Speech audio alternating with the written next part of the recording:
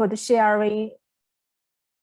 Okay, we want people could sharing their experience and compare the experience they have of living, working, and personal or professional.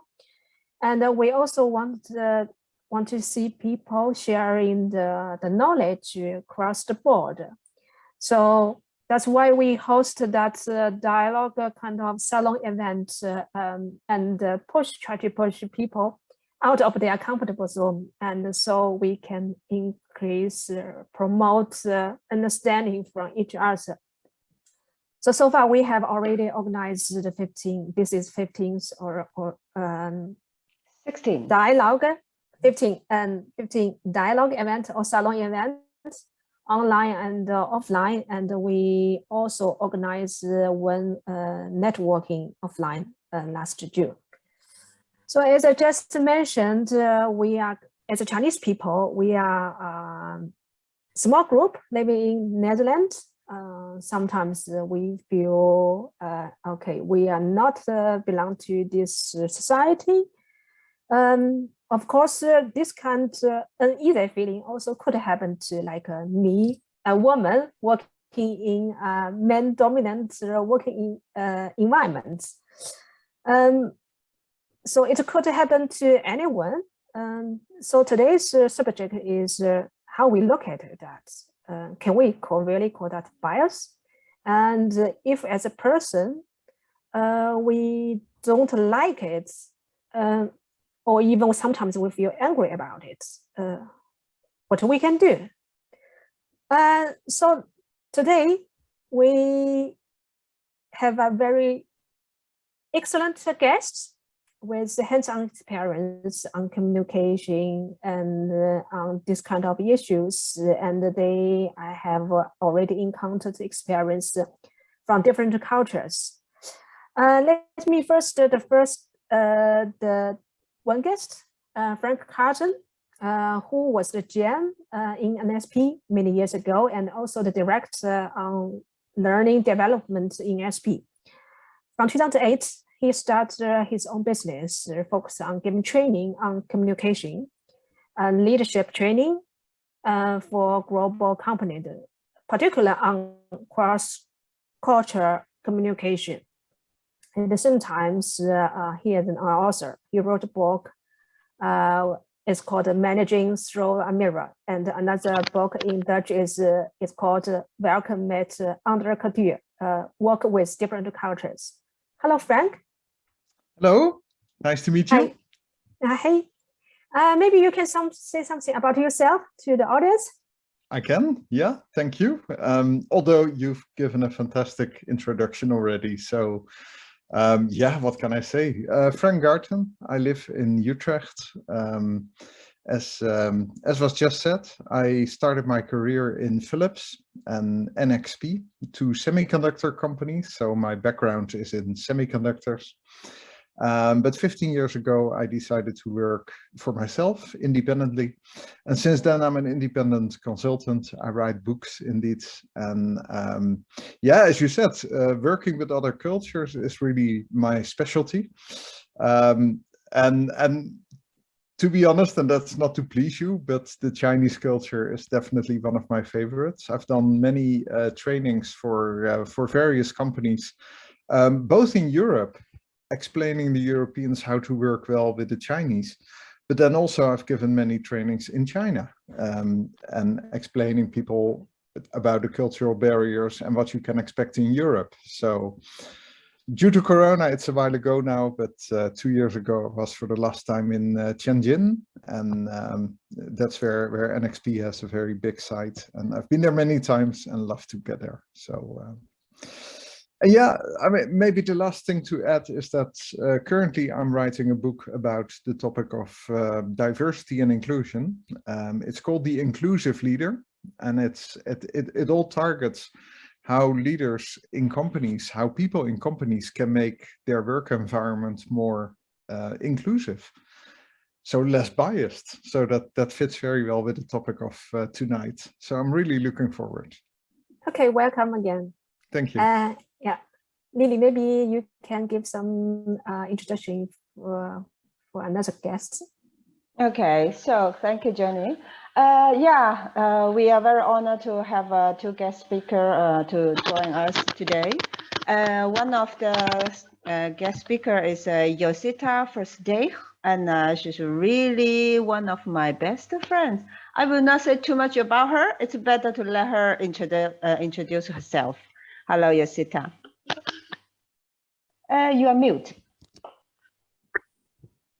Yeah, just trying to be polite, to be muted. Thank you, Lily. Well, my name is Josita Versteeg. I am the neighbor of Lily, so that's how we met, and we are getting acquainted better and better, and we have interesting talks about our backgrounds, of course, about our lovely daughters, but we started talking about husbands, of course, but especially also about intercultural differences, how to overcome them, and the different experience we have with this subject. And my background is that I'm a clinical psychologist, and I've been working in the outpatient care for almost 30 years now. And besides that, I'm a lecturer at Utrecht University, teaching in the International Master of Clinical Psychology. And both from my work as a psychologist in the outpatient care and at Utrecht University, I work a lot with people from all different kind of cultures. So in my work as a psychologist, that has been a lot of refugees or former refugees, so from world zones and war zones, and of course, because I live in Utrecht as well, with people from a Turkish or Moroccan background.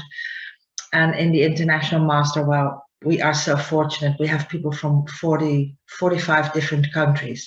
So that makes life and conversations so interesting.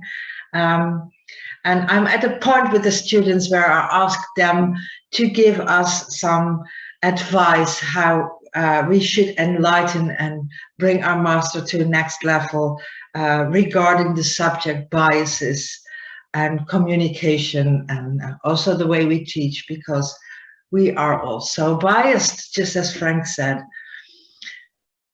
So I will talk a little bit about this with some examples that can be recognizable for everybody, I think. Thank you. And indeed, as mentioned by Josita, bias is not only about like a Chinese culture, Dutch culture. Actually, it's existing everywhere. And tonight's subject is also not limited within the Chinese community. I hope we start from today, and can bring it further, maybe to the other community, other country, other society as well. So, okay, perhaps we could start with a video. So maybe Tao, this video is going to show us a song which has been a very hot subject in the past, I think 2-3 years, at least within the Chinese community. Perhaps also, some of the Dutch people are aware of it as well, or aware of this discussion. We firstly have a look. Yeah, can you see the screen? Yeah. Lang zal ze leven, lang zal ze leven, lang zal ze leven in de gloria, in de gloria, in de gloria. Give it a leap, hoera! Give it a leap, hoera! Give it a leap, hoera! Happy birthday to you, in de rij staat een koe, en de koe zegt I love you. Happy birthday to you. 2 violen en een trommel en een fluit. En we gaan zingen, schalen en dan zingen we je luid. Zo. Honky tonky Shanghai. Honky tonky Shanghai. Honky tonky, honky tonky, honky tonky Shanghai. Gefeliciteerd, verjaardag! En we drinken allemaal een borrel. Proost!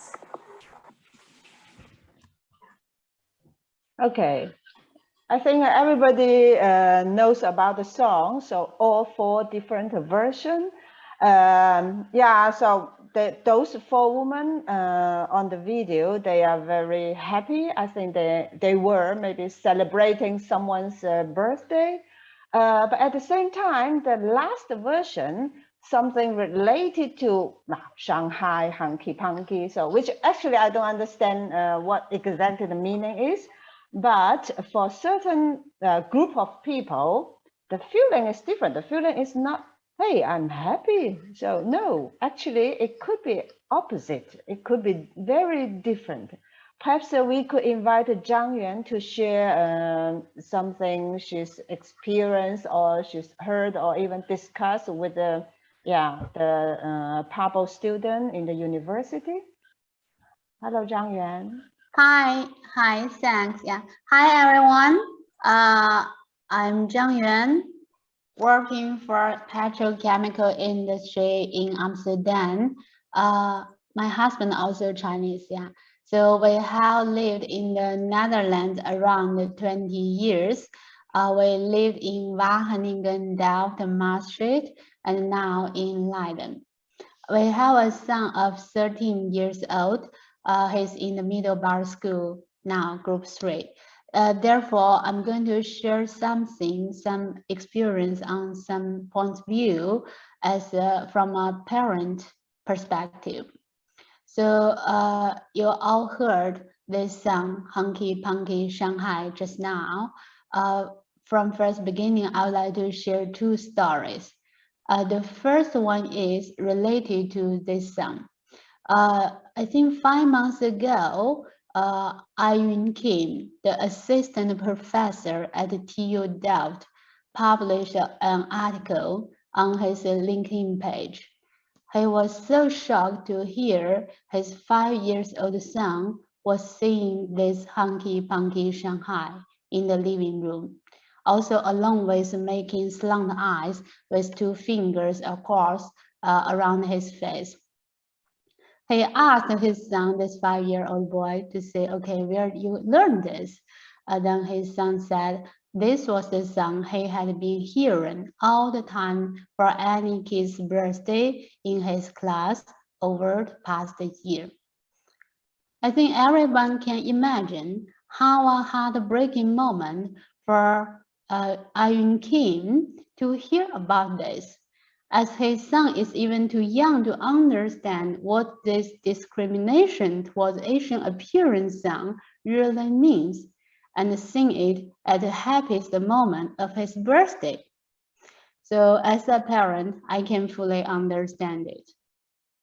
The second story I would like to share is a few months ago, I got an invitation to share the opinions about the bias from Chinese point of view with a student at the University of Applied Science Leiden.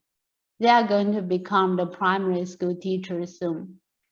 To prepare for this session, I collected some cases from my Chinese community. There are quite some cases, right? But the most shock one for me actually is how outdated and unconscious bias the description of China in the primary school textbooks. One example is about a Chinese song, also another song. They choose selling newspaper songs. So with an image of 4 to 5 years old child, also again with long eyes, dressed in clothes almost in the Qing dynasty. This song is almost 100 years old, telling a child working so hard to sell newspapers for 3 cents of RMB. That is less than 1 cent euro, almost nothing, right? So there's also more shock for me is there's no any background information about this song, no any explanation to say this is not nowadays, this is almost 100 years ago. It just said this is a Chinese song. We can imagine for most of the Dutch children, they will never be in China. This song and the picture attached to it on Chinese children might be their first impression on memory on China. They might think, okay, such a cheap country, there are labor children. Okay, I think this might be a kind of over-interpretation. But my point here is, same as Ayun Kim, I'm so shocked and deeply sad about this kinder bars on discrimination. That is the bars rooted in the educational system. They are in the public pupil schools, and people often take it as a joke, fun, and just as a tradition. So I think we can do something as a community together, right? So what little child learn and are exposed to at a young age at school can largely affect the rest of their life far beyond the classroom. Therefore, I think this is I think this is time to seriously to think about how we can build a more healthier society centered around the diversity and inclusion in the Netherlands. Hope we can speak out for us and for also everyone, not only for Chinese, also for every communities. That's what I would like to share here. Okay, thank you, Zhang Yuan. I think let's firstly focus on the first example, so about the song. Yeah, so we already hear the song and also saw actually how those 4 women were very happily celebrating their birthday. But actually the feeling, on the other hand, the feeling of other people in the reality is very different. Would Yosita or Frank comment on this case? Just feel free to unmute yourself. Yeah, we're looking at each other to decide who goes first, I think. Well, let me very shortly say something, and then Yosita can jump in, and anybody can jump in. It's maybe interesting to share what I see when I see this this movie. I don't take it seriously at all. I find it a very stupid movie. It's 4 ladies happily singing. They probably had a wine or two too much, and they're making jokes. They're singing a birthday song. It doesn't look funny. It doesn't look happy to me. It's just a stupid party.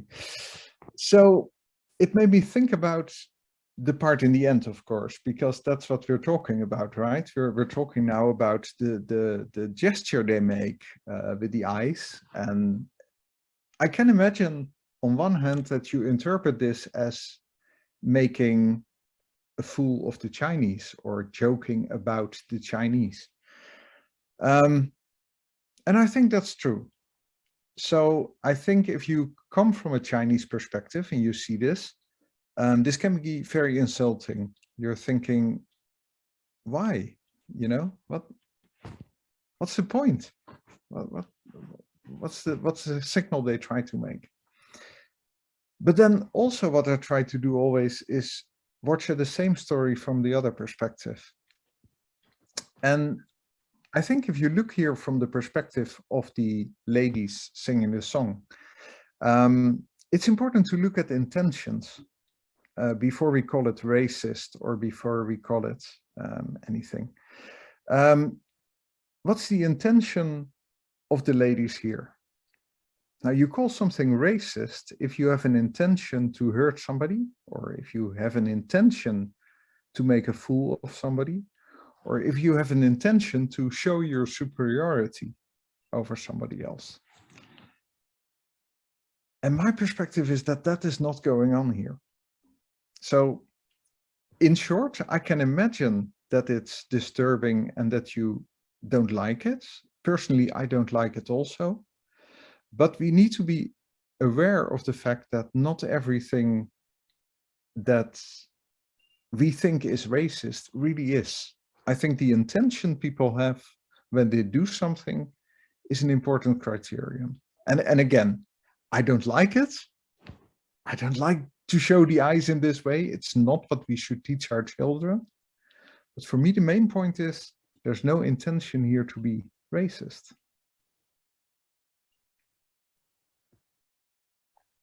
Yeah, thank you. Yeah, yes, thank you. Yeah, I think it's very valid point. And Yosita, do you want to add something? What's your opinion about this song? I knew the song when I was young. And lately I had a discussion with my daughters that we had some, in my opinion now, some awful other songs that would be highly discriminating in this area, in this era. So in my opinion, it's just as an opinion, it's unconscious racism when you look at the movie. They don't intend to be racistic, but I think it's racism because you judge people from appearance. And I, in my opinion, that's racism. I agree with Frank when you look at this stupid movie, never put it on YouTube.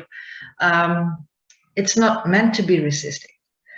But on the other hand, when you're a minority in an overwhelming white culture here in the Netherlands, things feel completely different than when you're the majority. So I think nowadays we try to take that into account and to try in the Netherlands to be a little bit more careful with each other.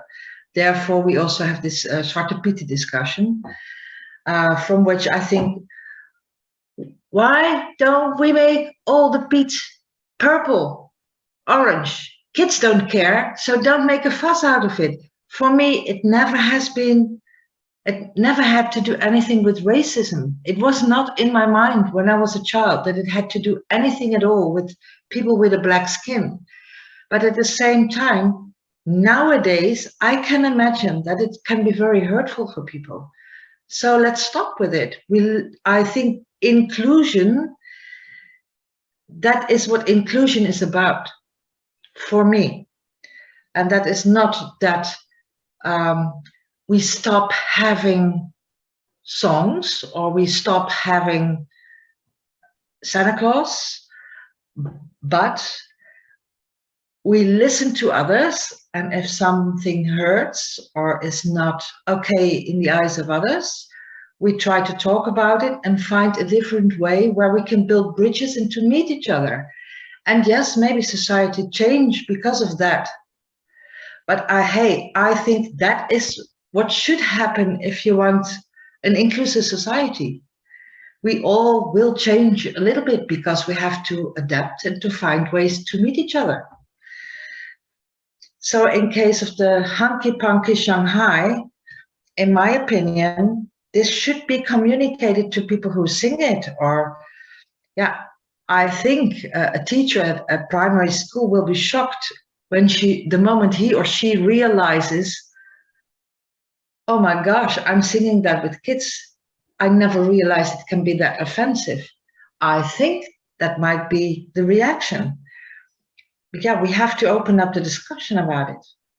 So I completely agree if it's a topic. Go for it. How can I help? Thank you a lot. Thank you very much. Yeah. Besides, so, I think it's even more important, besides that Frank has an opinion, I have an opinion, which might be supportive. I think it's even more important how you guys and girls think about it and how your opinion is about it. Because it's not about us as the white people, but it's about you and the feelings of hurt in your community and how it affects you and what you want to do with it. Indeed, I think this unpleasant feeling could happen everywhere to everyone, and we cannot ignore our feelings, no matter as a white people or Asian people. I would like to ask Yosita and Frank, you have seen the different culture or different culture conflicts, miscommunication during different culture. What's your experience on that? And what you could give some suggestion to the audience? What could be done? Because in the end, we cannot change the world like in a blink.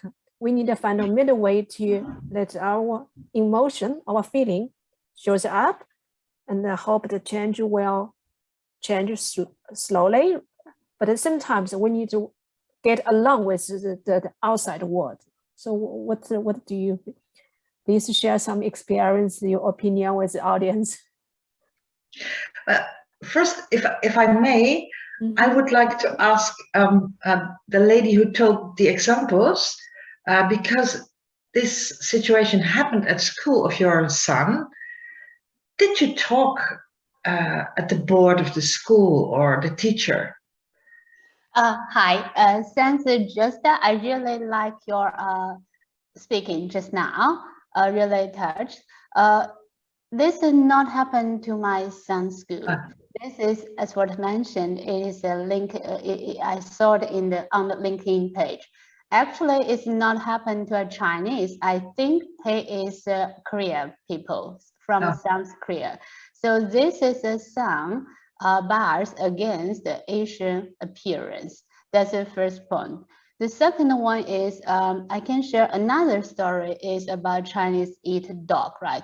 That's also the one during the discussion when I had with this Leiden Applied Science University students. This is the example the student gave me. He was shocked, he's Dutch. When he had his internship at a pupil school, at a primary school, he heard another Dutch little boy said, okay, Chinese, you are eating dog meat. He was shocked because when he was young, at similar age, 10 years something, they thought about it. Later on, he knows that's not correct. But after 10 years, same things happen generation by generation. Therefore, I think silence is not a solution. We need to raise the discussion and put it on the table. It might be unconscious, it might be on purpose bias, but that definitely is a kind of bias. I think we should take some action and let people know this is not right. We can choose a much better song to celebrate our birthday. You're absolutely right, I think. Yeah. Absolutely. Yeah. Yeah. And I think in essence, this is what it is about. We have to open up the discussion. I think they're not ready-made solutions to deal with our biases, because just as Frank said, we all have our biases. Dutch people are cheeseheads and are just being blunt, and Chinese people are always so polite. They will never say to you that you did something wrong, and etc., etc., etc. They're based on some aspects and they are exaggerated. So I think of importance is that you try to be conscious about your own norms and values, and if possible, you gain some knowledge about differences, about cultural differences, and you have to do something with effective communication. I think these are the three parts where it's about, because you can never know everything about any culture, because within a culture there are so many differences as well. And I think what's important is that to realize we are all programmed through norms and values. And yeah, this results in assumptions of which we are not always aware. So we tend to see things according to our own cultural frame. So for example, if I go to a movie together with Lily, for example, and we see the same movie, we might experience it in a different way. And afterwards, something will remain in her head, and it could be something else in my head. And that has to do with our different backgrounds, not because she's Chinese and I'm Dutch, but also because we just had different parents. We had a different social economic status or background, because we had different experiences at school. We did another study. We have another age. So there are so many factors which influence the way you look at things and experience things. So I think we should not deny cultural differences, because, for example, by saying, oh, we're all the same, we're all people. I eat with a mess and fork and you eat with chops. So that's the same. It's not the same. We eat, yes, but it's not the same. You can say, oh, but we all have a McDonald's. McDonald's is everywhere, but it doesn't mean that we are the same. So it's important to see differences, but not judge them. So thinking that a language course can bridge the differences, or just being yourself will do, that's a kind of denial. And I think, for example, let's think about a topic about sex before marriage, to be blunt. Let's be typical Dutch. One could say, oh, well, that's really a shame. You should not do that. It's a disgrace for God. And someone else say, hey, yes, that's freedom. The way you look at one situation is formed and influenced by how you were raised and who you are and where you live, what kind of religion you have. So the same thing can happen and you have a different opinion.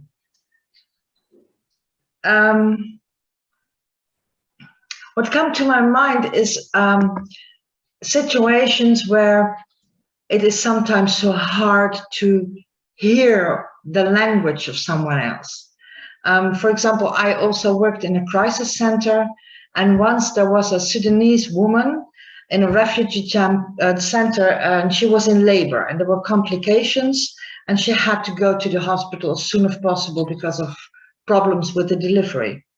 But she refused to get into the ambulance. The police was called, the general practitioner. She even took a knife because she really didn't want to go in the ambulance. And of course, as a doctor, you have kind of an ethical obligation to help people, to save someone's life. But she refused to get in the hospital. Well, they called me, I'm from the crisis center. I got there, I saw this woman, and I asked her, why don't you want to go into this ambulance? And she said, I don't want to leave my 3 young kids alone at the refugee center. Yeah, and for me, that was a suspicion that this woman coming from a war zone, probably traumatized, was afraid to leave her kids alone. So I told her, and I understand that, and I asked a friendly other woman of the refugee center if she could join with the kids to the hospital. And then she wanted to go into the ambulance. So what is that about? It might have to do something with the ethical codes of a doctor, doing everything everything needed to save a life. But it's also about trying to comprehend the context and the perspective of someone else. Also, when one has a background that differs from my culture or from yours. And another thing, can I speak a little bit more about my ideas about intercultural dilemmas and also how you can bridge them sometimes, differences? What, in my opinion, is really interesting is what we call theoretically high and low communication. All communication takes place within a certain context. But how much meaning is communicated through the context rather than through meaning, than through the spoken word, that differs from culture to culture. So saying, I don't agree with you is very explicit with words, and it's very literally. So in the USA and in Germany, but also quite a bit in the Netherlands, most communication is explicit, so low context. saying, yes, I see your point, it's very interesting, is a perfectly normal way to say you disagree in high context communication or in a high context way. So high or low context communication is not better, it's not worse. Both are correct and effective, but it's quite hard to understand. I spoke about this with Lily last week. We talked about an example of a kid in a hospital, a Chinese kid in a hospital who had a lot of pain. And a nurse came in and asked, do you want to have a painkiller? And the parent said, no, it's not necessary. So the nurse went and he didn't get pain medication. And we talked about that it is obvious or that it is quite normal to be very polite and refuse offered medication.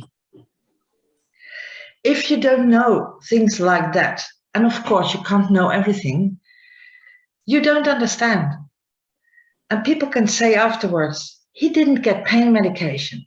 And the nurse can say, but I offered it and you refused. You see, so these are the different perspectives with how you discuss with each other. And I learned from it because I'm still learning and I will never stop learning about things that have to do with these kind of subjects. I get a lot of emails at my work. And often students from anywhere who want an internship, for example. So last week I got an email of 3 pages with all kinds of achievements, wishes, courses, desires. And somewhere in between the line I read, I want an internship at your place. Can you offer me that? It was not explicit, it was very implicit. I think around 6 years ago, I get a lot of these kind of emails. I would have written a very short email, something like, thank you for your email, but sorry, we don't offer these kind of internships unless you're a student at the university. Have a good life. Well, that's too blunt, but very short.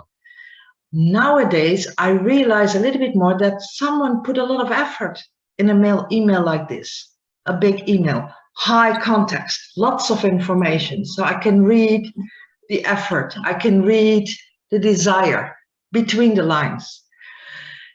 So now my way to encounter that is to put a little bit more effort in my rejecting email. And therefore I hope at least to reach someone a little bit more, although I'm rejecting her or him. So, and something I encounter in international students are differences in taking initiative. Taking initiative is highly valued at a Dutch university, at schools. Students who don't participate in working groups, don't show their opinion, never ask questions, they have a chance to be seen as a little less good. And there is a chance that a Chinese PhD student, from which there are a lot, and they are always very effective in their work, but someone who never greets in the hallway is seen as a little bit strange, simply because we don't understand. Simply because we don't understand the differences in culture, that someone is just being very polite and is not so open as we Dutch people to say hi and call everybody by the first name, your students, the teachers, the professors, anyone. And a Moroccan applicant for a job will probably make no eye contact out of respect from his superior at that moment. Good chance that he will be rejected. Is that because he has an exotic surname? Or possibly, or is it because he didn't make eye contact? And I think that has to do something with power distance. The extent to which less powerful people in a country accept and expect that power is distributed unequally. And here in the Netherlands, for example, parents treat their children as equals, and children are allowed to have their own opinion. In my opinion, sometimes a little bit too much, but hey, I'm old-fashioned already. So, and at Utrecht University, students and teachers are equal as well, almost. And just raise your hand. Just say what you want. Just ask. Just give your opinion. And in countries where the distances between in power are bigger, I think, for example, in China, people accept that there's superiors like parents and family and bosses and teachers have a little bit more power. And I think Chinese children are more used to respect parents and teachers, etc., etc. You don't argue. You can give your opinion, and they do, but in a different way. It's a little bit more, for us, it's more subtle, and it's a little bit more indirect. We, Dutch or low power distance countries, are not trained to see that. So we see what we see from our cultural background and our norms and our values, that it is really normal to open up. So little knowledge about those kind of cultural differences doesn't help. So a little more information and some exchange about the different ways you meet each other. For example, in the Netherlands, at least before Corona, we were used to shake hands when you see each other. But there are people from cultures who don't want to shake my hand. I can be offended by that, but I can also ask, hey, I wanted to shake your hand, but you don't seem to want to shake my hands. Can I ask you why you don't want that? And maybe this person, I had some clients who refused to shake my hands and said, from my religious perspective, I should not touch another woman. So, and then what can you do? You can say, okay, well, one time you come in, we shake hands, and the next time I will just nod. Or shall we look for another compromise? Or you can start talking, okay, so my respect is shaking a hand, your respect is not touching me. What could be a good way where we show each other respect without you having to touch me and without coming too close? So the difference, and maybe we come, like we say hi in another way.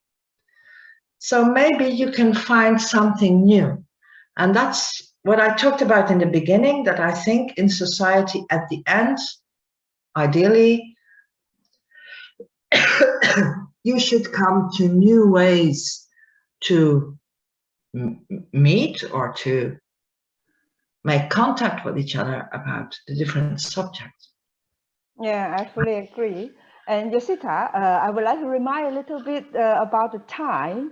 So I know you already jumped from the case to your own part of the sharing, which is really good. We would like to hear more. Sorry, I thought it was the idea, but if I didn't, I did it wrong, I'm sorry. No, it's okay. Yeah, that's fine. Yeah, it was very nice, and I think we would love to hear more about it as well. But I think let's also give the mic to Frank, and to firstly maybe comment back to the case, and also start his part of sharing. I'm really happy to do that. I also saw that one of the participants had a hand up for a while, so maybe there's a question we should take, and then I'm happy indeed to respond with my part. That's good. So Zhang, would you like to ask? But we will keep this discussion perhaps to a bit later of the program. Okay. Maybe Zhang just ask what she would like to raise about the song, or react to what Yosita just mentioned. Yeah, Yosita's insight is very interesting. I recognize quite a lot of them in my own environment, but actually I can't let go of the case at the beginning of our program. I had a question on the case to the speakers. Basically, I've been living in the Netherlands for 17 years, so I have some experience dealing with this kind of situations. In some cases, I have some success, but sometimes I find it difficult to still to raise the issues. Basically, I'm not really. I don't get angry when I hear such a song or I hear such a remark, because I know a lot of the people are really not doing this intentionally, but I still like to raise it. My question is, what is the effective way to do it? If both of you are from the dominant position in the Netherlands because of your culture background. So if you face such a claim from another person, when would you get annoyed by a bad reaction of the other party, and when would you be more open to having discussion? So the attitude from the complainer, that's also pretty important.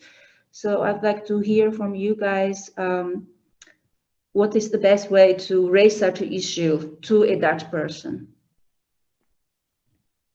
Okay, I love the question. It's a really good question, and I'm not just saying that to please you. Why do I think it's such a good question? Because you make a switch here from the content to how we're going to react to it, right?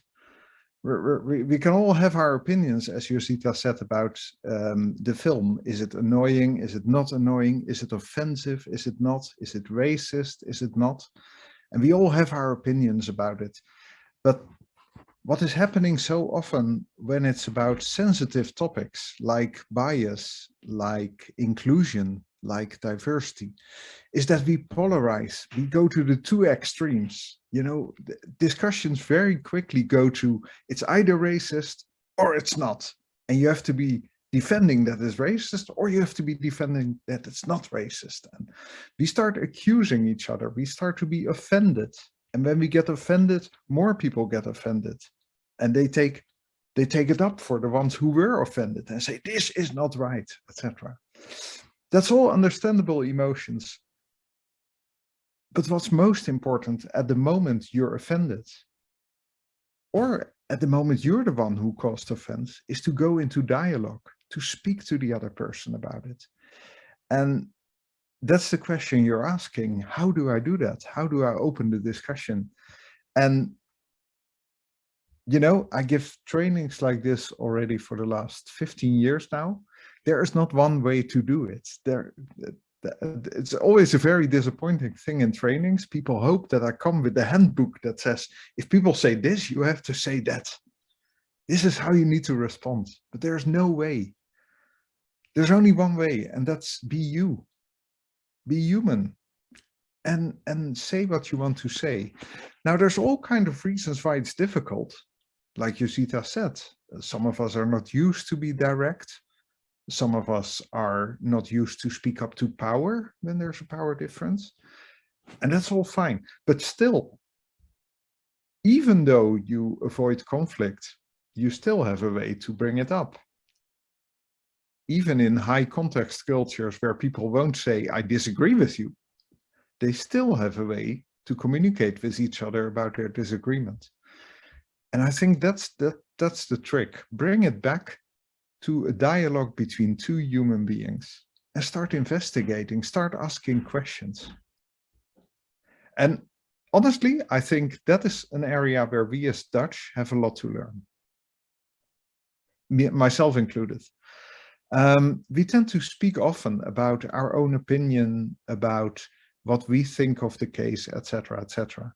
And we forget to ask somebody, you said you were offended. Can you explain me which part of the movie caused most offense to you? And then suddenly you will recognize that for some people it's the eyes, For some people, it's the fact that they're laughing when they're talking about China. For some other people, they will say, there's nothing offensive for me. And that's where it gets interesting. But it doesn't help if then I give my opinion on top of that. It helps if I connect to you. And if I start asking questions, tell me more. And when we do that a lot more, then we get really in contact. I usually call that we dimension. It's about the two of us, it's we. And when I ask questions about what the other person just said, when I try to understand and say, what really caused so much offense? I go in the you dimension. I want to understand you.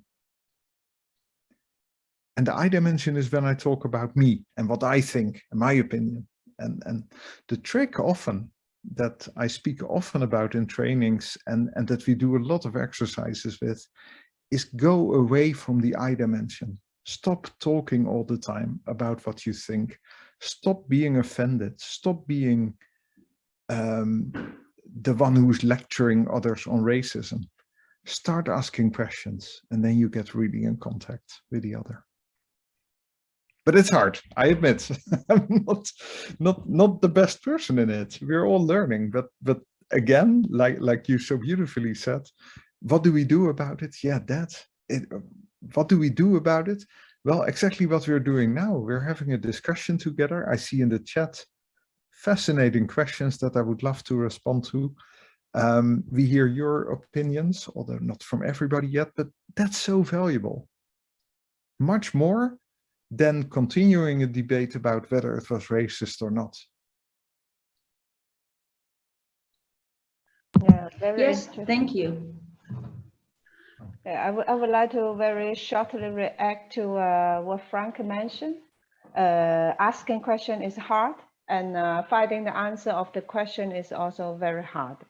Definitely, especially when we really want to have the answer as soon as possible, yesterday, so always, right? So, but I think the best case is we could put some time, really give us some time to find out the answer. Then actually, once you found the answer, you will realize, oh, I can jump.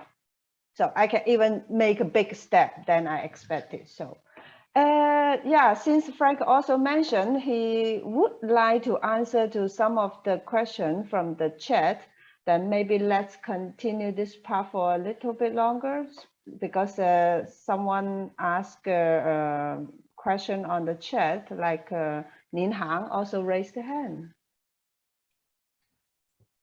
So maybe, yeah, please unmute yourself. Yeah, thanks, Lily. So yeah, I do have a question to Frank, another question, of course. What if the dialogue does not work? I can share one example I actually experienced recently on this Wednesday. So I was picking up my kids from school, and some young kids, I think from 7 to 12 years old, it's a big group, 7 to 8 people. Mm-hmm. So they were talking to me, like making jokes, and of course I don't understand Dutch, but I do understand Chin Chong and Chino from the conversation.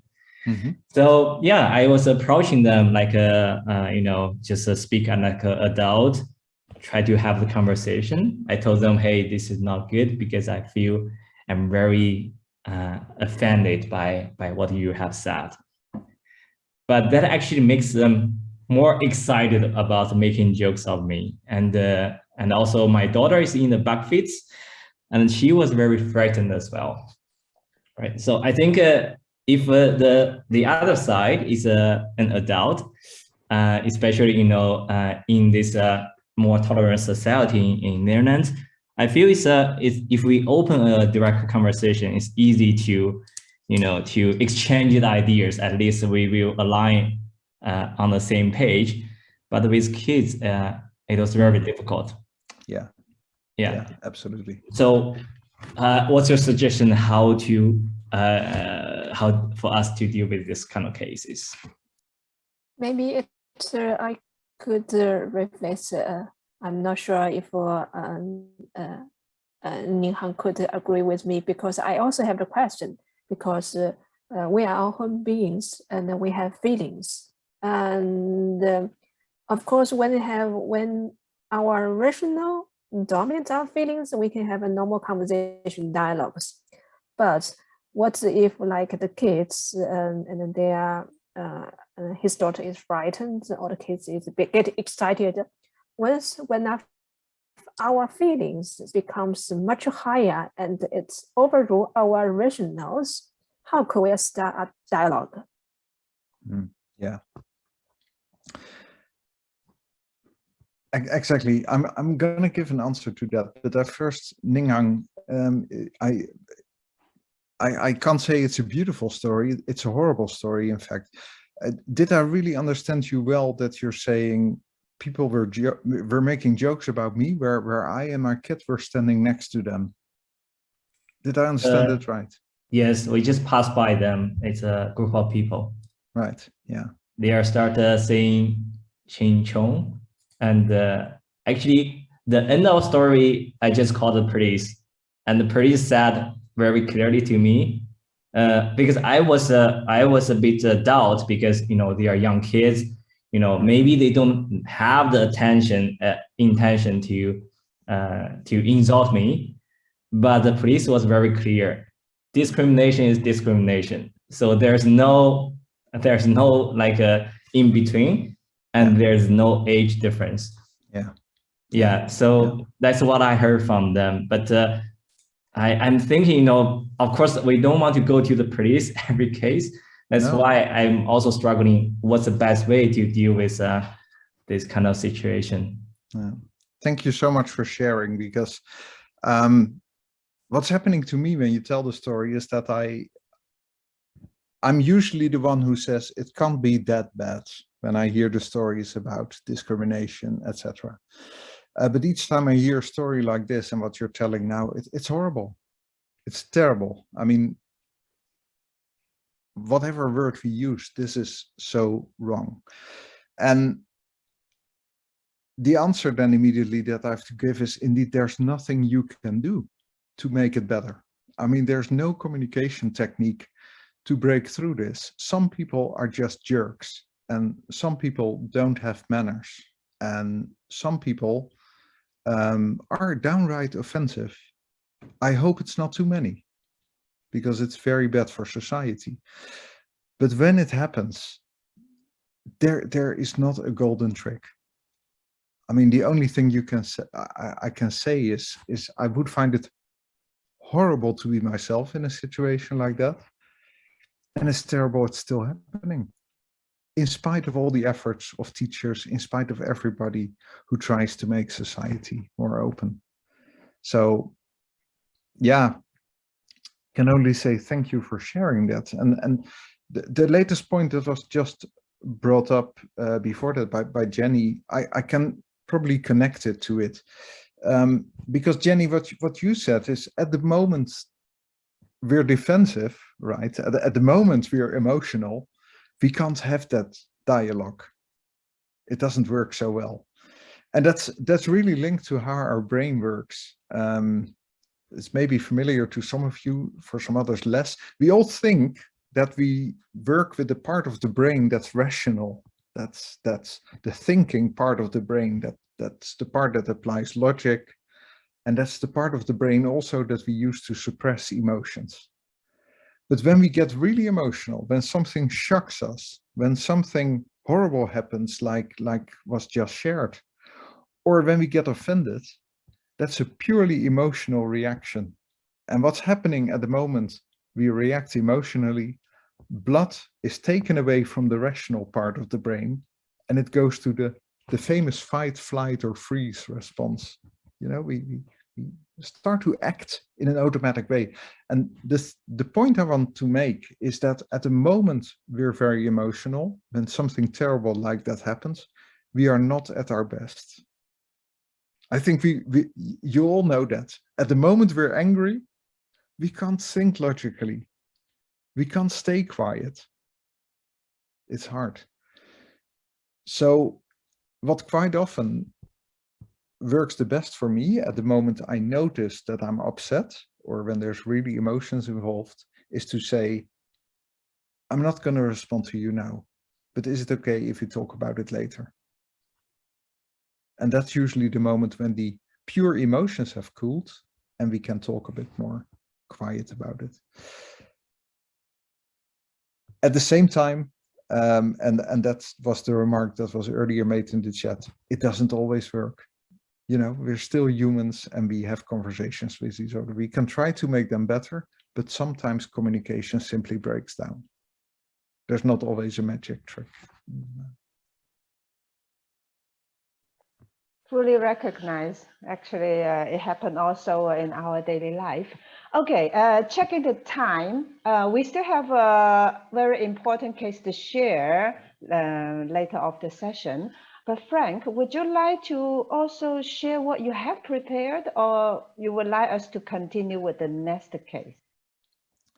I think for now, I would say, let's go on with the next case. I have thousands of things to tell, but I would also like to hear from the others.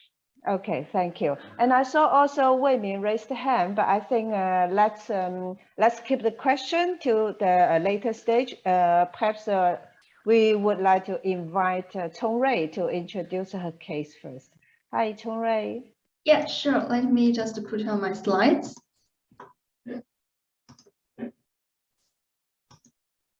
Is this working? Yeah, we can see it. Yeah, perfect. Yeah. Let me start by a big thank you to Lily and Jenny for having me here to share with you a brief story of my encounter with racial prejudice in the Netherlands. I'm Qiao Conghui, a lecturer and researcher at Free University Amsterdam. I have been living in this country for almost 8 years.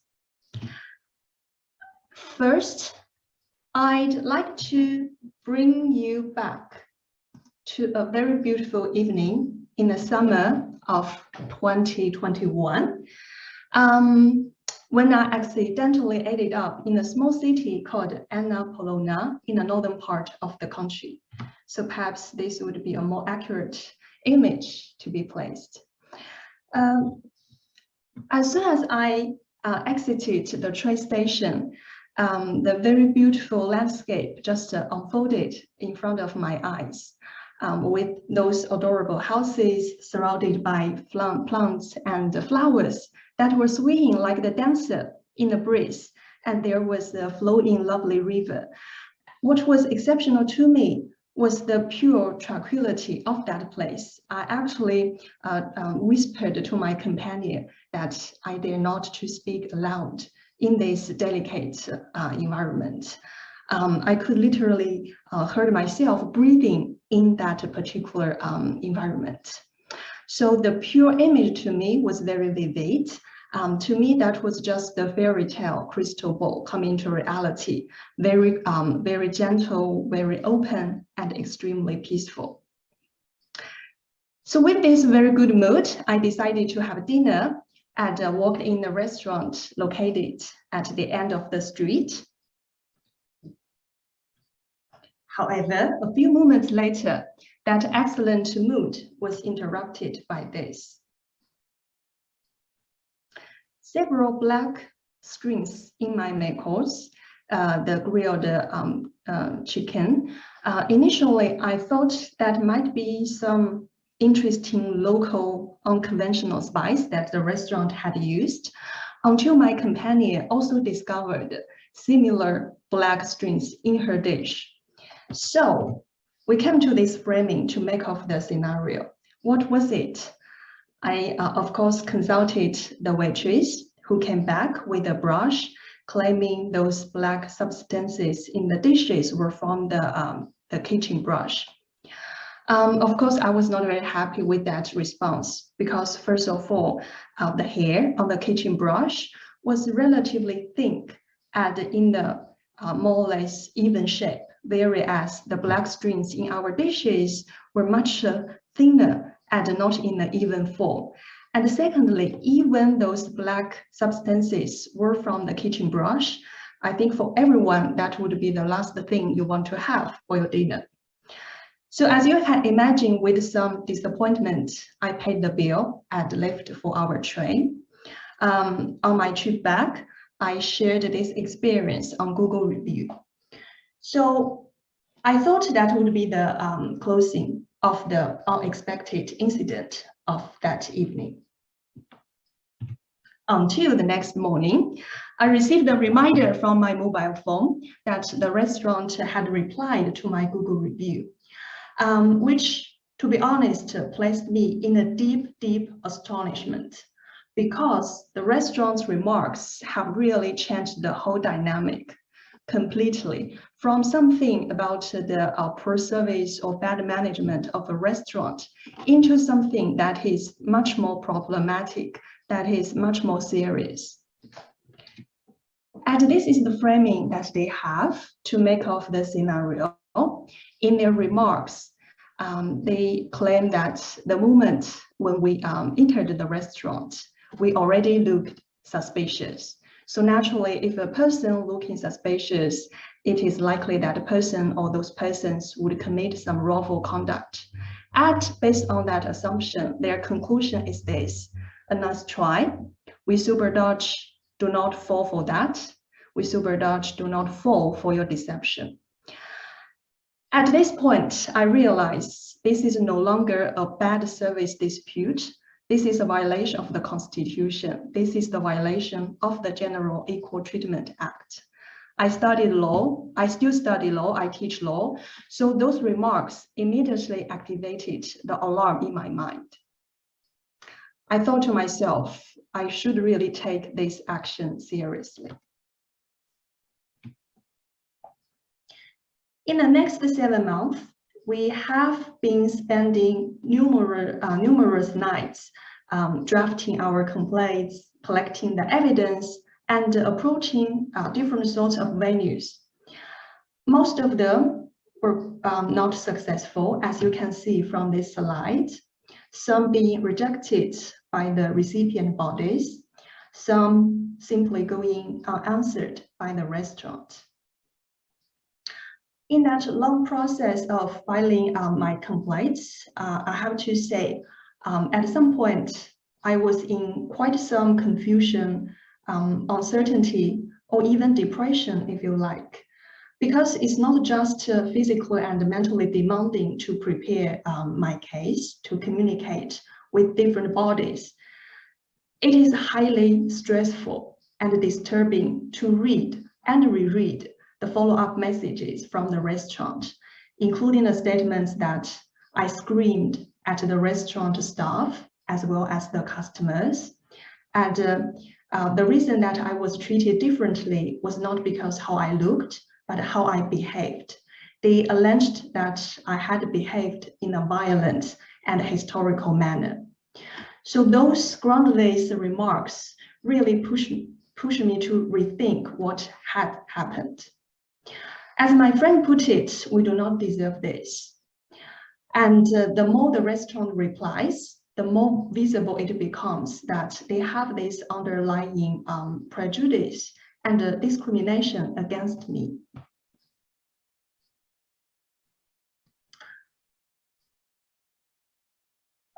I have a very pleasant and clear impression upon that little town. Our first impression was even today is still quite peaceful, welcoming, and gentle. And I have to ask myself why there's such a sharp disparity between the beautiful nature and the ugly way of thinking among our society members. And of course, there is depression, there's confusion, there's some self-doubt, but that shall not prevent me from taking actions. So I decided to give it the last try, approaching the National Institute for Human Rights. Luckily, this March, the Institute has decided to take my case, which is the first legal action of its type, namely an anti-racial discrimination case brought by 2 women with a Chinese origin within the Dutch catering service sector. I knew some colleagues here are also from Utrecht, so you may be more interested to hear this. Next month, on 3rd May, a public hearing of my case will take place. which will be quite relevant to most of us because upon my request, this public hearing will be bilingual. Namely, the defendant and the adjudication panel will speak in Dutch, me and my co-applicant will speak in English. So I look forward to seeing some of you there. And for now, I thank you for your attention to my little story. Thank you, Chong-Rui. It's very, let's say, unusual cases, and thank you for sharing here.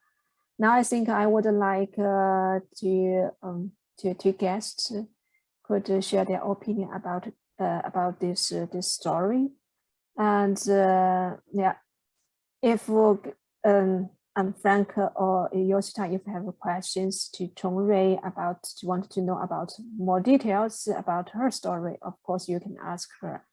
And if audience people in this meeting and also have opinion, and you are also welcome to share your opinion about it. And let's try to open as much as possible. That's our goal of today's event, right? Who wants to first?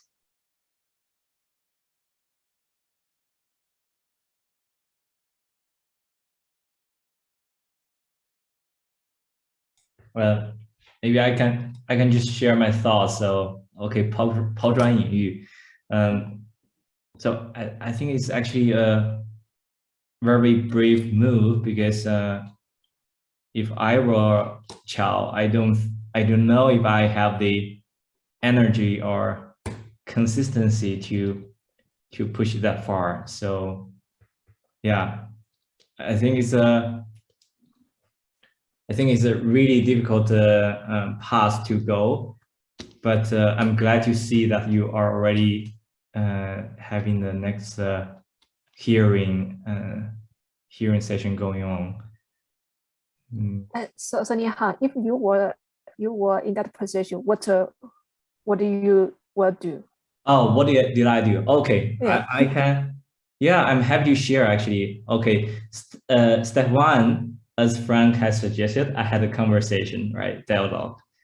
That does not work. So I asked kids, do you have your parents around or do you attend a school? Of course, he didn't say anything.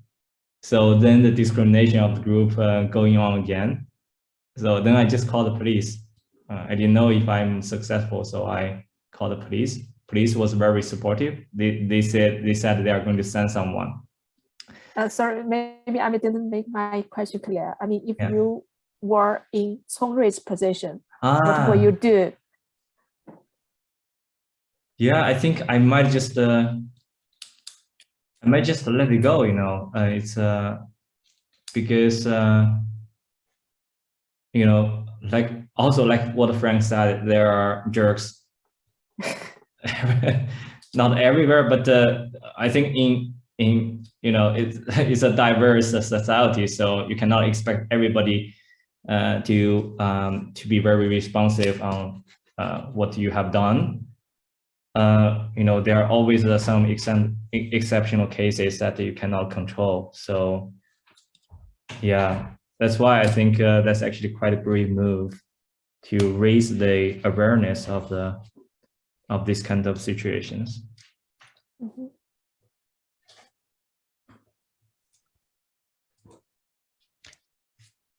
I don't know if calling the police will help in this case or not.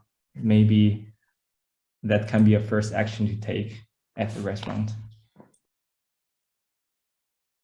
Yeah. I did that. The police rejected my request.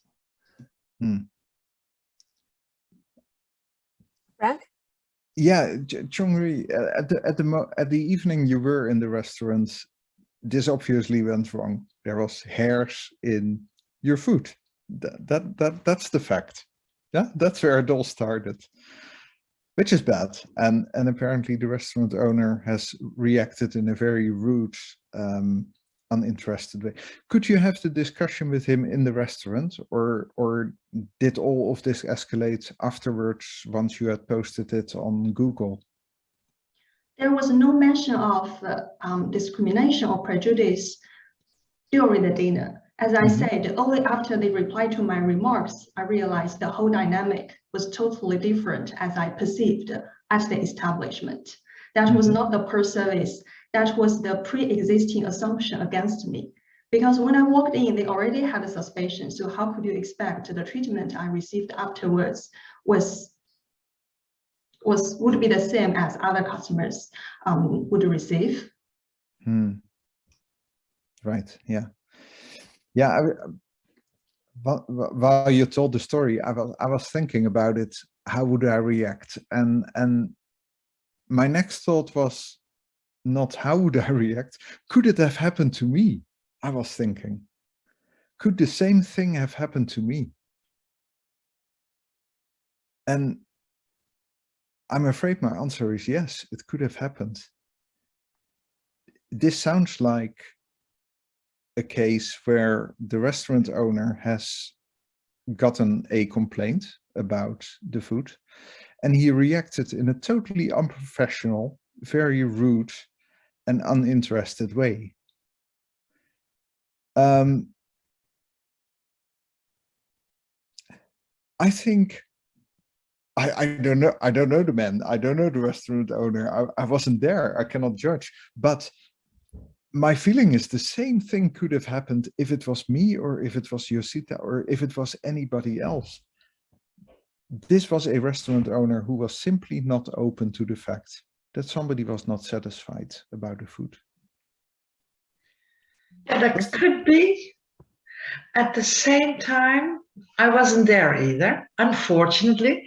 But exactly, yeah. At the same time, it could also be possible that in a restaurant or in a shop, people tend to make a kind of educated guess if you have a complaint. If I send my daughters to the shop to return something, it's often the case that they are rejected. When I come in, it's often the case that they will hear me. If my husband comes in, oh yes, they will hear him. Sure.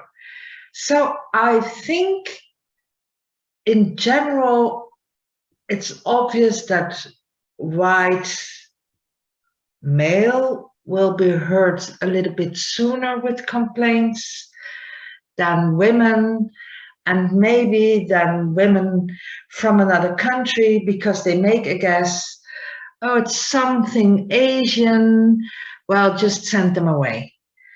Maybe if you were a big black man, they would, from a completely different perspective, would have.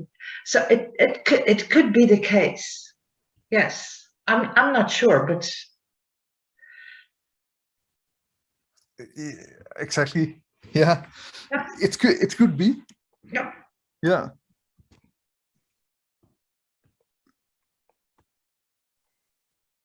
Yeah, I think it's a very heavy, it's quite a heavy subject, I would say, and it's definitely very bad to see and experience this happen. I do have a different, I mean, I agree with what Frank and Yosita just mentioned. I also want to raise a question, which is, if the same thing, and actually I have experienced the same in China myself, with Chinese people, within Chinese restaurant. How would you feel if this happened in China with Chinese people? Maybe Chongrui, could you, would you be able to feedback to this question? Would it be the same? I think the key question for me, the key question for me is whether the consideration of my ethnic origin played a role in how they treated me. So if this case happened in China, if they said, okay, you are Mongolia and therefore you receive a different treatment, of course, it's a racist. It's a racist of me being a minority within China. But in this particular case I'm working on, it is really about their remark, we super Dutch. So I think it's a clear indication their consideration is not based on a women or, I don't know, any other factor. It's about the ethnic difference. And to me, it is pretty clear that is a violation of the law, and that should be I should go against that. Okay, yeah, clear. I think it's really different perspective. And I agree, yeah, based on what they read on Google, it's a good action to take, especially you have this, like say, knowledge. So I will try to be there on the 3rd of May. And I don't know if the manager or the owner of the restaurant will be on court as well or not. They have the legal obligation to respond, so they will be there. Okay, so it's interesting to hear what he or she is going to say there. I think would be even more interesting after we hear more from the court. Perhaps we could continue discussion on this subject as well. Yeah, because I guess Chongrui today cannot share more detail. Yeah, because of the case, yeah, it's still going to be happen, right? So. But if anybody want to comment on this case or share your experience, similar experience, maybe not in the Netherlands, perhaps in France, in Germany, Italy, other place, yeah, just raise your hand or just unmute yourself to ask. And I also see Wei Min has the hand raised since quite a while already. If you want to tell something, please unmute. I just want to say that about the racist, maybe I'm normally use a different way to handle it. My daughter has exactly the same thing, being like surrounded by several kids, Dutch kids, and they make fun of him, like, hello, Caroline. And she's upset about it. When she back home to tell me what happened, I told her, I said, what's useful to discuss? They're all kids, you are also kids. But I just made fun of it. I said, maybe next time when the kids say, like, laugh at your Chinese, you can suddenly, Mama teach you Chinese ancient diction, dicta, poet. You can suddenly recite one or two sentences. And then those kids, they couldn't understand, they kind of shocked. Actually, my daughter tried one, and then it's quite successful. And then the Dutch kids are kind of like, open eyes and open mouth. What are you doing? What are you talking about? And that made my daughter very happy about it. And then now that is about like 5 or 10 years ago, many years ago. Now she's 19. I asked her, I said, how about it, about the racist, such things still happen, or are you bothered by it? And she told me, she said, actually, Mama, there's quite a lot of racist things happens around me, but I never tell you. But she said, I'm happy those things make me tougher and stronger. I'm totally grew out of it. So I sometimes think maybe not to put too much thinking about the racist. It happens, it happens. Try to be, but from the other way, I want to ask Frank, maybe my way is not very good because I'm tolerant it, and that make the whole situation not getting any better, or kind of the Charles' way is better to standing out, to say no to other people, to make it to very seriously things. Maybe that is better for the whole situation. I sometimes get confused about it. I don't know what is the best way to do.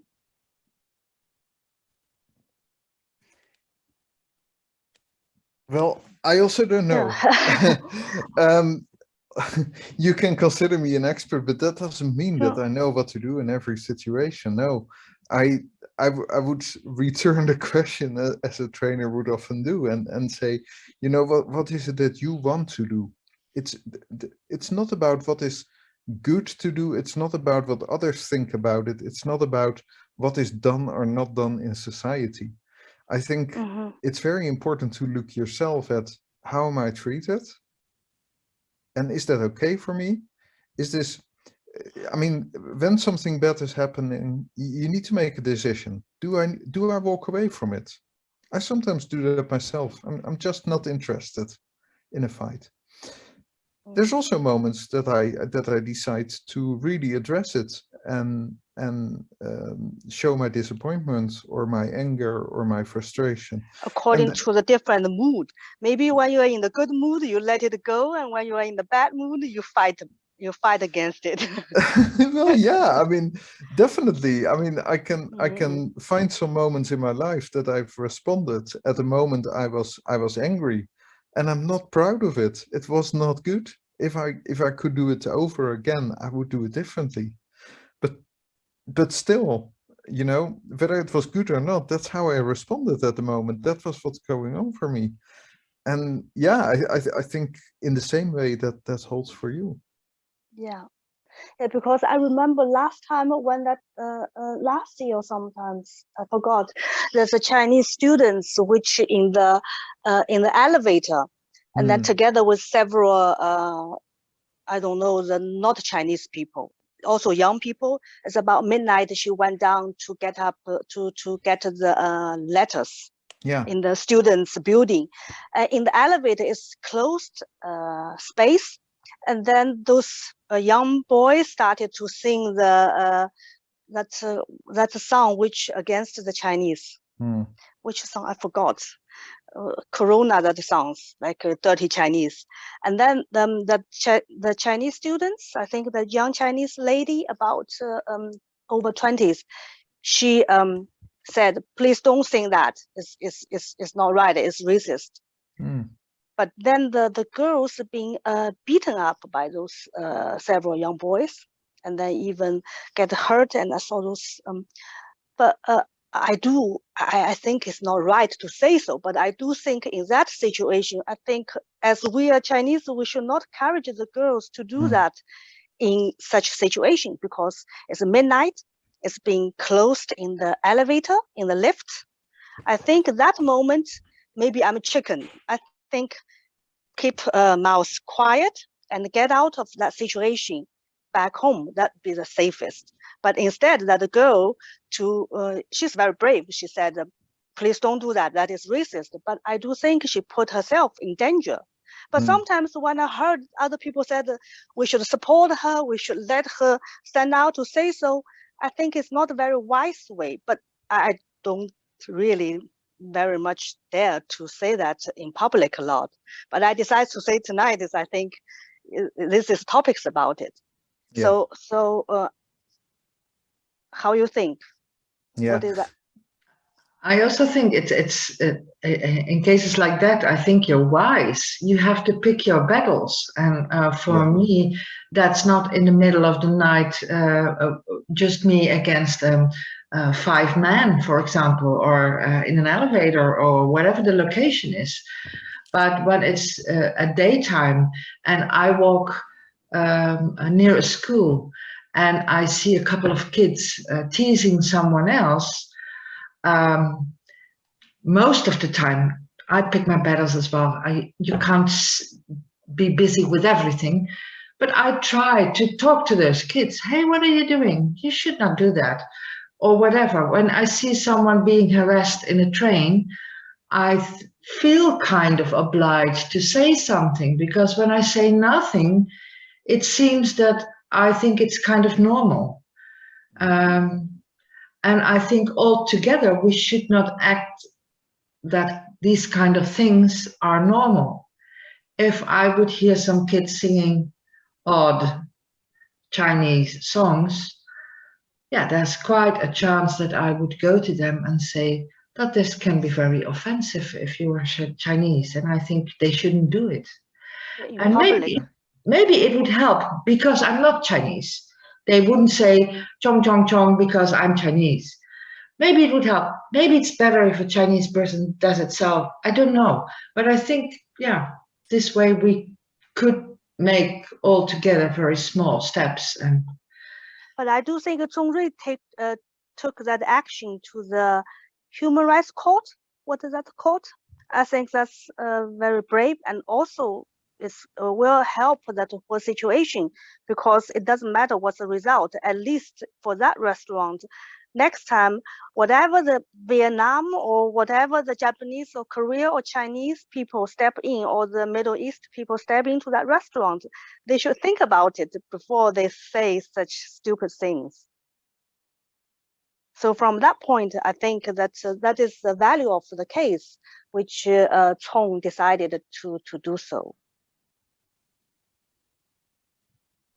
You know, Chong, you are like a professional in the field, right? And do you have any recommendations, like as our like normal, like common civilians? Like, what are the suggestions to deal with these cases? Which case is my case? Your case. I mean, like normal cases. Of course, there are different level of the racism. So I understand like the first contact point would be the police, right? Mm-hmm. But do you have any, because in your PowerPoint I saw there are several steps you have went through. I imagine that's from the least effort to huge effort. So I think if you can share that later will be very helpful for us as well. Yeah, I think few factors are quite general to consider. First, as Yosita mentioned, it's about risk management. Is that safe? Do you have the sufficient protection in making your complaints? If so, then you can decide which direction you want to take. So first factor is always to assess the risks before you take the action. The second is, I think it's always good to start with a direct communication. That was my first attempt, try to engage the restaurant owner, which was declined. And after the attempt to directly engage, then you could resort to NGO government agencies, trying to have them mitigate your dispute. And I also did that, which failed. And I think the legal measures are highly time-consuming, financially consuming. So that is always the last resort. So the second question is about which phase you want to, which phase you are on.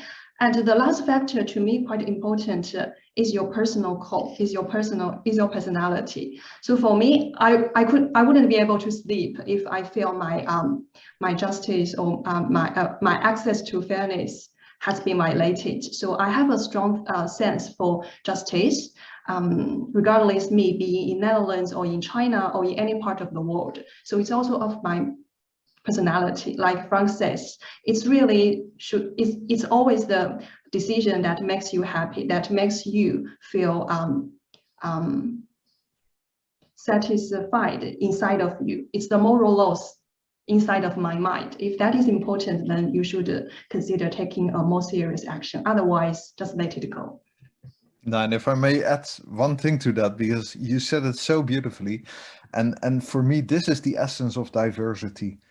For me, diversity is also that not because you're Chinese and not because you're gay and not because you're white, but simply because you're a unique human being. You can take a decision what to do.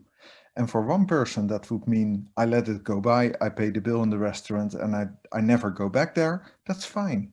And equally well, it's fine to say, I'm going to make a case here because this is not right. And I can only admire you for doing it. It takes a lot of energy. It takes a lot of courage to go in a situation like that.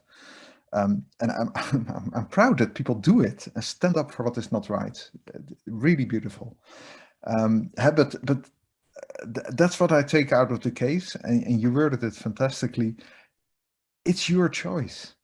And equally well, we don't respond to cases like this because we're Dutch or because we're white male or because we're Chinese. We respond because it touches us. And that's what the dialogue should be. Yeah. Yeah, I think Myra Cho also raised his or her hand. Yes, thank you. So I really would like to see, Qiao, you really give a brief and good example to show how we should react when we face such kind of case. The other thing is like, of course, we as Chinese community here, we want to better get engaged and integrated into this Dutch society, let's say. So do you think the language would be make the situation changed. For example, if we as Chinese, besides English Chinese, we do speak fluent Dutch, will that change the will that change the situation when it happened? Not only from the appearance, as we are Asian Chinese, the ethnic group, but how do the language play the role in such kind of case? Somehow it's like we could find a tool to change our own situation, to avoid such a kind of things happening again. I think in general, yes. If you speak Netherlands, it definitely works in your benefit. And to me, I think it's also good to mention, I always think about, do you have the right? If you have the right to be equally treated under the Dutch constitution, regardless of your linguistic compatibility, you should be treated equally. So that is the threshold. Of course, if you speak fluent Dutch, it's easier for you to be better integrated. But even if you don't, according to the Dutch constitution, Article 1, the first article, you still have the right to be equally treated.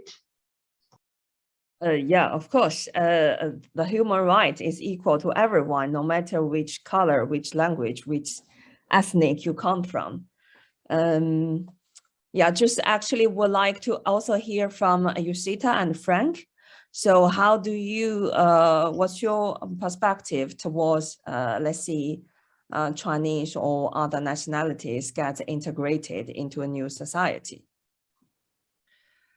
I think integration is not only determined by how well your Dutch is. I know people who have excellent Dutch apprehension, but they have their mother tongue, you can still hear it. And for example, a friend of mine comes from Nigeria, and he has a strong Nigerian, you can hear it in his speech. And I know he's a doctor, that he's not always taken seriously. Or they think he's a nurse, or they say, can you get the doctor right now? Of course, it has to do something with color and with your accent, and which is awful.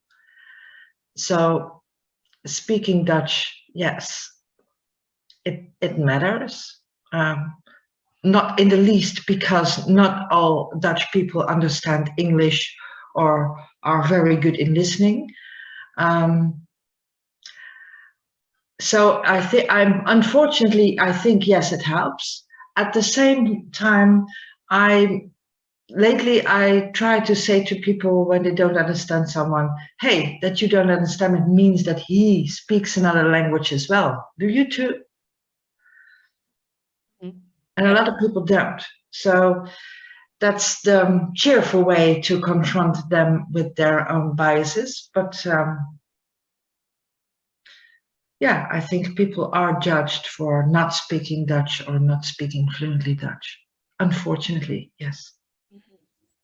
I would love to see if Song Rui would have such kind of like, how to say that, post article or post some, after you have gone through the case, to write some tips and tricks for the Chinese people. I think, I mean, as Asian or as Chinese, we are the ones very modest and not always, you know, try to attract attention like Black Matters, such kind of like activities. So we are always somehow ignored or not heard by more people, let's see. So it would be great if you give some instructions to let more people know they should really raise the voice and defend for themselves when it happens. Thank you. Yes.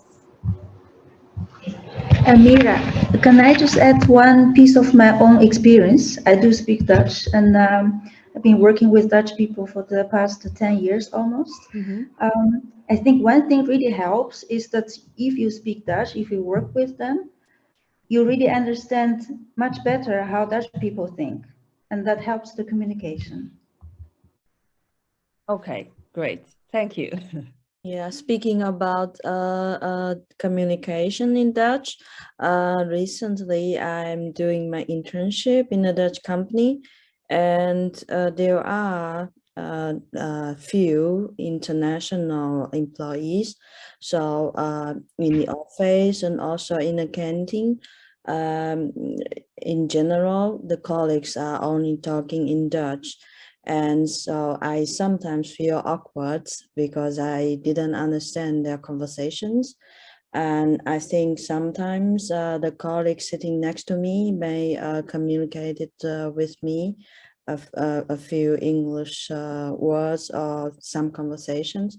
But besides that, the official language in the office is Dutch only. So do you think that it is a proper way that I address this?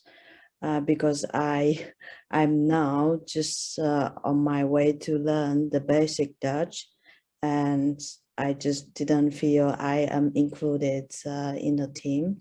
So maybe you can give some opinions from all of the people here.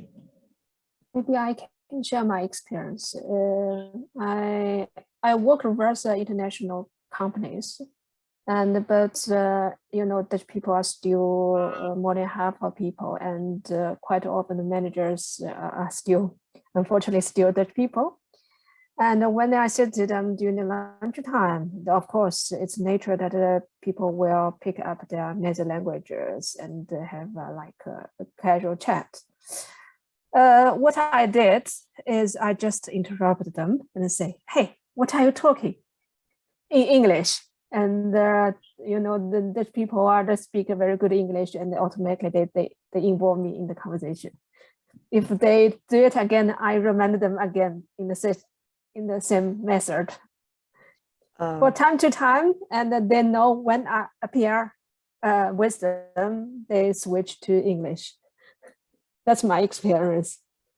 Okay, I did that I think 3 times, but then later on I just gave up because I think it's also implied, in my opinion, to address this request.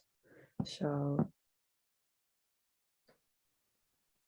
well, that's as Chongrui and Frank said, it's up to you, up to each person. And for me, I think I'm pretty.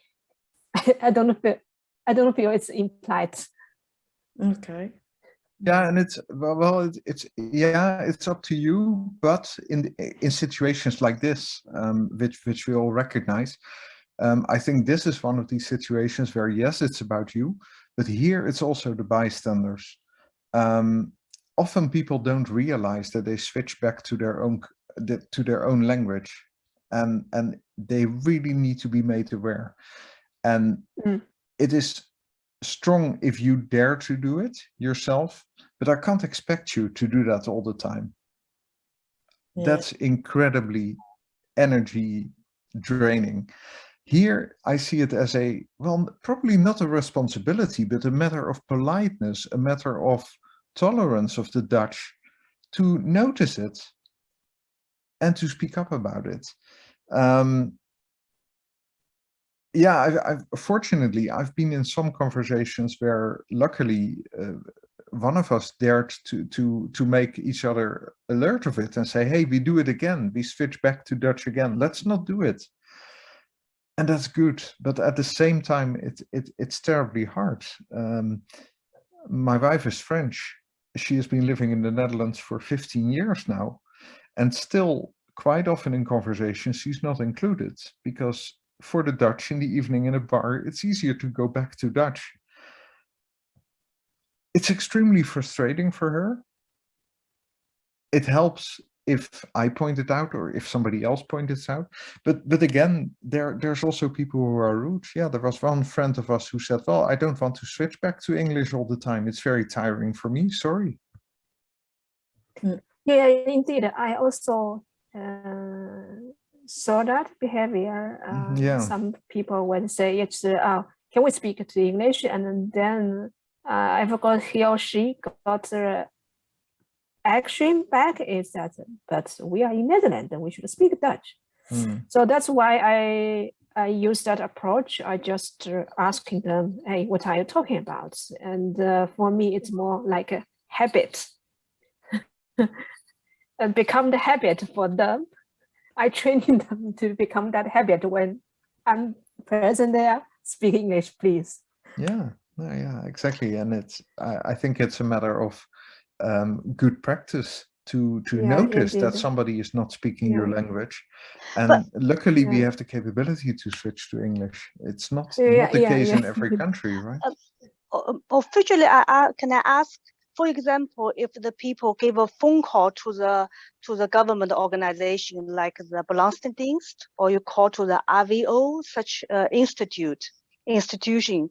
So the medewerker from the Belastingdienst, do they have the obligation to speak in English or not?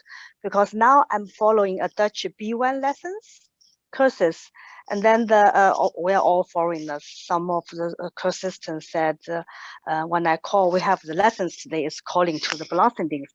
So they said it's quite difficult for us to speak Dutch, to talk with some issues, complicated issues on phone in Dutch. So they prefer to speak English. But the medewerkers from the Belastingdienst said, sorry, that is, we speak Nederlands. So they're very frustrated. And my classmate said, Dutch is gemeen, they're mean. But so I like to know that, for example, the people from the government, do they have the, like, are they insist to say Dutch is supported by, like, you have to do so because you're working for the government, such things? No. I think in the past, it's true because in the past many years ago, when I called the Belasting government, they are clear told me, I can speak English to you, but I'm obligated to use Dutch. But luckily, I think that this year that's already changed, and every getting time less, because the reason they are really tell me that okay, my English are not good, perhaps, but I will try my best to speak English to you. And I think 99% now, if I call Belasting, I can talk in English. Thanks God. Because sometimes you see when you do the quiz menu, they ask if you want to speak, you do one for Dutch, you do two for English. So that means if you press one, and then that you have no right to ask them to speak speak English, right? I don't know. That's why I also don't know. I always choose that speak English. Because I come here 20 years ago, I do find in recent years that the people, the medewerkers from the government speak much less English than before. Oh, really? Yeah, before I think Dutch prefer to, not prefer, they like to speak more English, but now I do feel like Dutch like to speak more Dutch. Yeah, but that's understandable. Perhaps let's continue this subject offline. It's it will be sorry.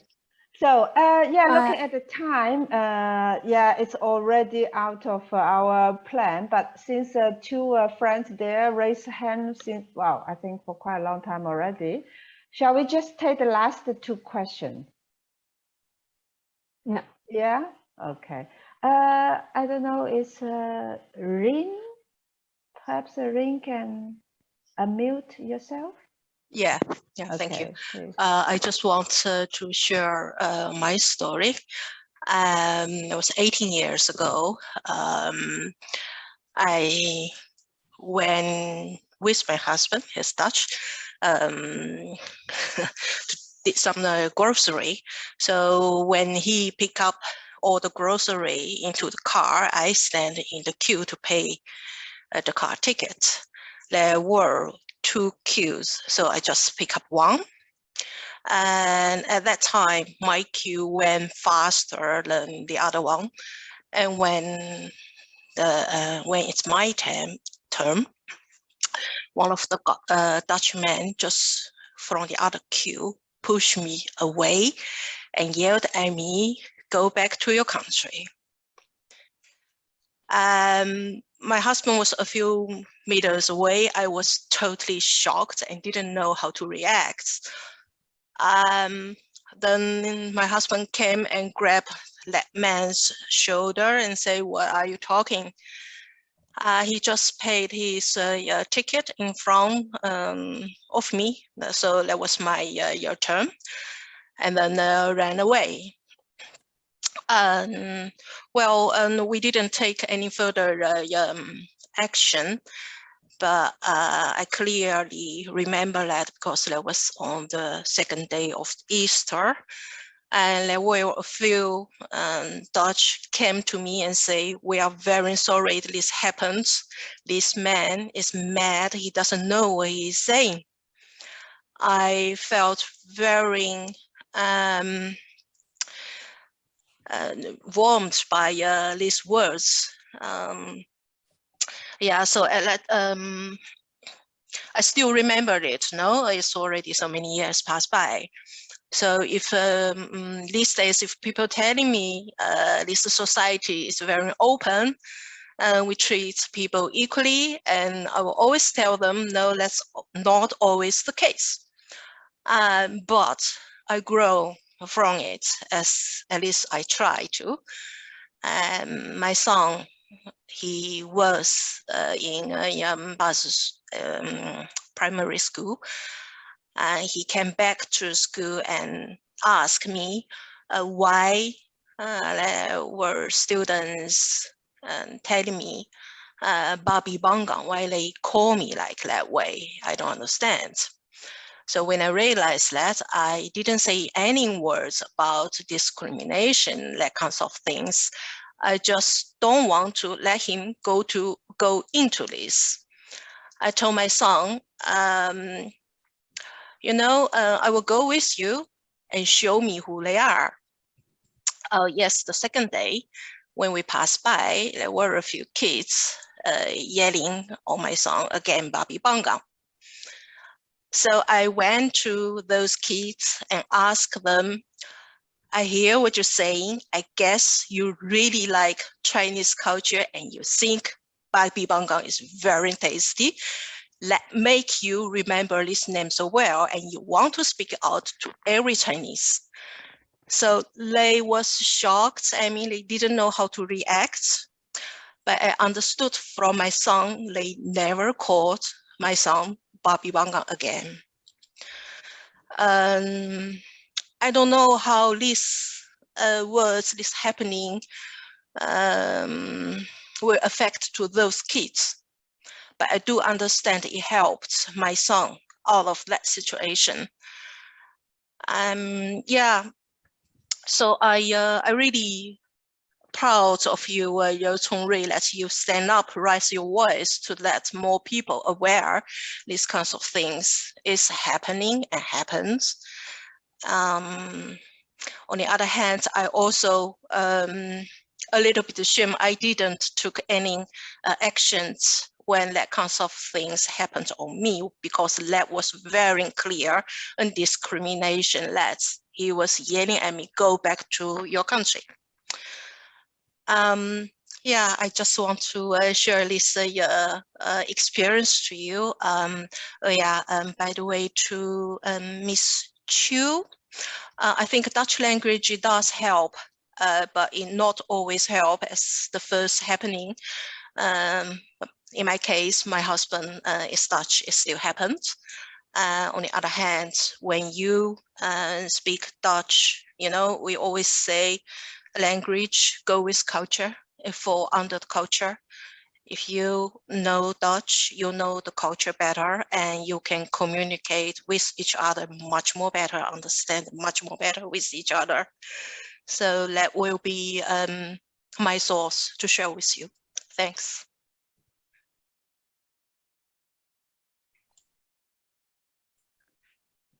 And Gaoge, maybe the last question is from yours.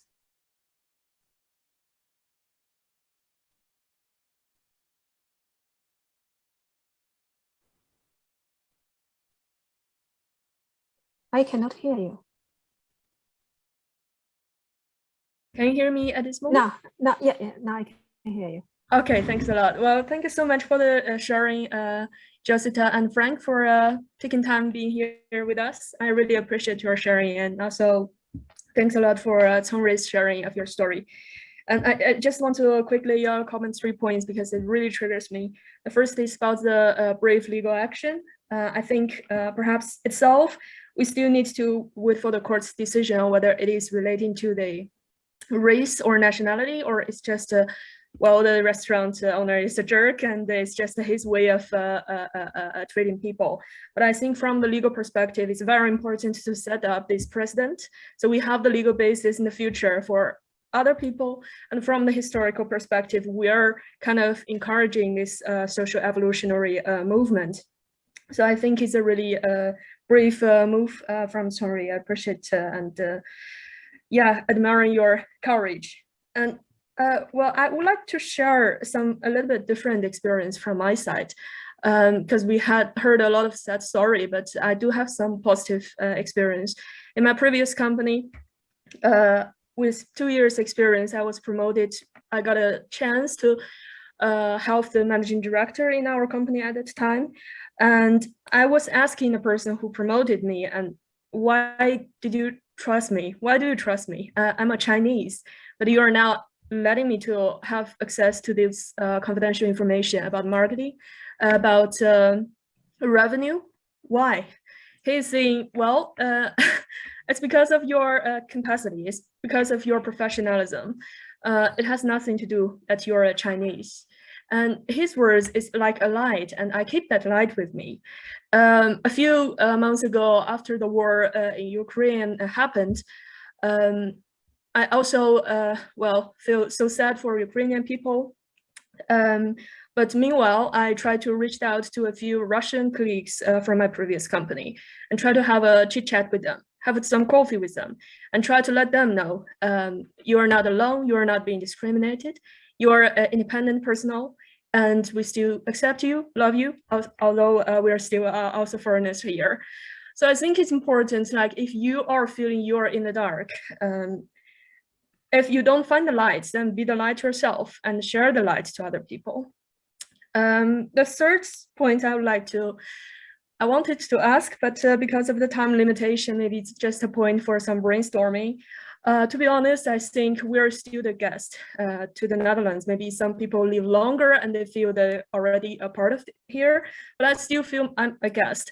And I think Dutch people, they are also at this historical stage that they're welcoming immigrants, foreigners, experts, which are happening so rapidly in these recent years compared to in the past.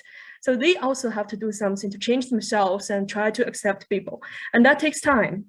And I think it's important to protect our rights and argue for ourselves, but it's also important to try to find this mutual interaction, the approach to do those mutual interaction, so we can have this a good approach to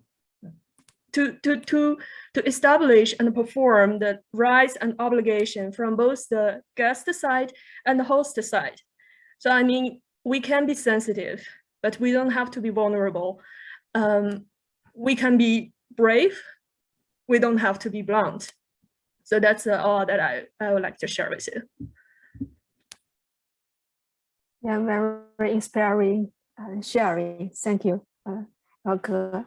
And I think it's already 2 hours. It's much longer than we expected, but good to see that everyone are so interested in the topic. And again, thanks our guests sharing their experience, and Yuan and Chongrui share their case. And also I see Frank send her email in the chats, encourage people that if you have any questions, you can send him an email, and he will reply. Yeah, I have to say that I appreciate Frank become so open to our audience. So I think that's the end of this session. Yeah. Yeah, thank you very much for everybody. Yeah, I think almost all people join at the beginning, stay till the end. So it's really our honor. Thank you to Yosita. Thank you to Frank. Maybe next time we can have a small gathering in Utrecht as well. I'm sure quite some friends in Utrecht would love to meet you both. So yeah, also from Den Haag. yeah. So let's make a date. I would like to say thank you very much for inviting me. I'm privileged to be allowed here and hear the stories, and it was fascinating, also a bit disturbing, honestly, to hear the many stories of things happening to you. But I think you worded it beautifully here at the end. Yeah, things happen, and we don't have to be the victim of it. That's a beautiful message of the last speaker that was given. So thanks for inviting me here. I really appreciated it and enjoyed it. And Frank, when your new book published, please let us know. I will tell you. Yeah. Thank you all for having me, inviting me, and for being here and hearing all your stories. Thank you very much. Have a good night. Thank you. Have a good night. Bye. Good See you. night. Okay. Weekend. Bye-bye, everybody. Bye. Bye. Good night. Bye-bye. See you. Bye-bye.